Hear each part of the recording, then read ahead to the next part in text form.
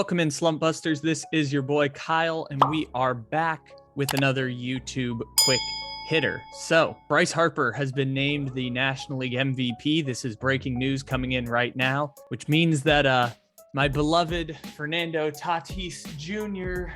will not be winning the MVP in 2021, which felt kind of inevitable at this point, but unfortunately now is official for the San Diego Padres, who fell apart at the end of the season. The Padres started the year 67-50 before finishing the year 11-34, which for those keeping track at home was the worst record in baseball other than the Arizona Diamondbacks.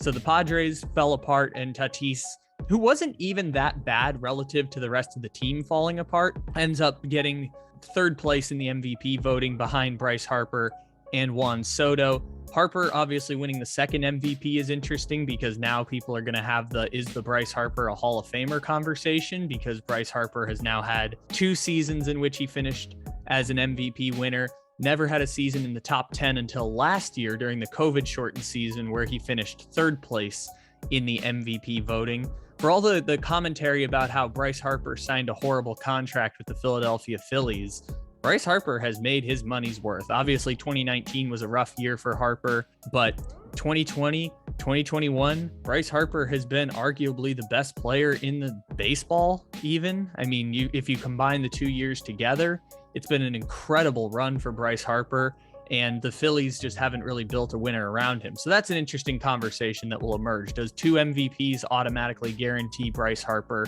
entry into the Hall of Fame? If it wasn't, kind of close already, this one might put him over the edge altogether. This was a weird MVP race this year because when we went into the All-Star break, it was very much a 3-man race in the National League. It was Ronald Acuna Jr., it was Fernando Tatis Jr., and first and foremost, all the way was Jacob deGrom. It looked like this year was going to be the year that deGrom, despite being a pitcher, was finally rewarded by getting that MVP award the same way Clayton Kershaw got one. I believe in 2013, it was either 13 or 14 for Kershaw, but Kershaw won the MVP one of those years. deGrom had a sub-1 ERA through much of May and June, continued that dominant stretch, and then obviously got hurt, and so his MVP season went away. His third Cy Young Award season went away. Obviously, for Ronald Acuna Jr., he tore his ACL in, I think, the last game before the All-Star break for the Atlanta Braves. And by that point, it felt like it was just going to be a coordination of Tatis. And he was always, minus 400, minus 350, minus 250, always the favorite to win MVP, because you looked at all the playoff teams in the National League and went, well, who's the best player on the Dodgers? And people kind of concluded it was Max Muncy, but Muncy's numbers relative to Tatis's weren't even stacking up close in terms of how far ahead Tatis was versus him. Trey Turner got some nods down the stretch. The Giants didn't have that one person who was really whooping up on anyone.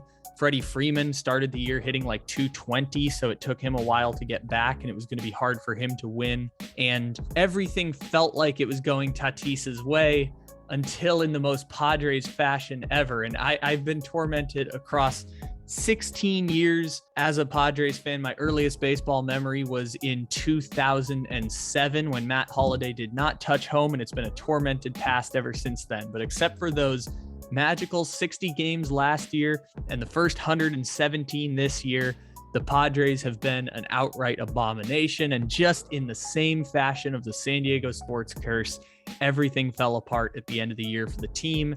And Tatis yelling at Machado is something that I'm sure people remember at the very end. By the end, Tatis's numbers just became closer to the competition. He was still ahead of Bryce Harper in batting average and RBIs this season.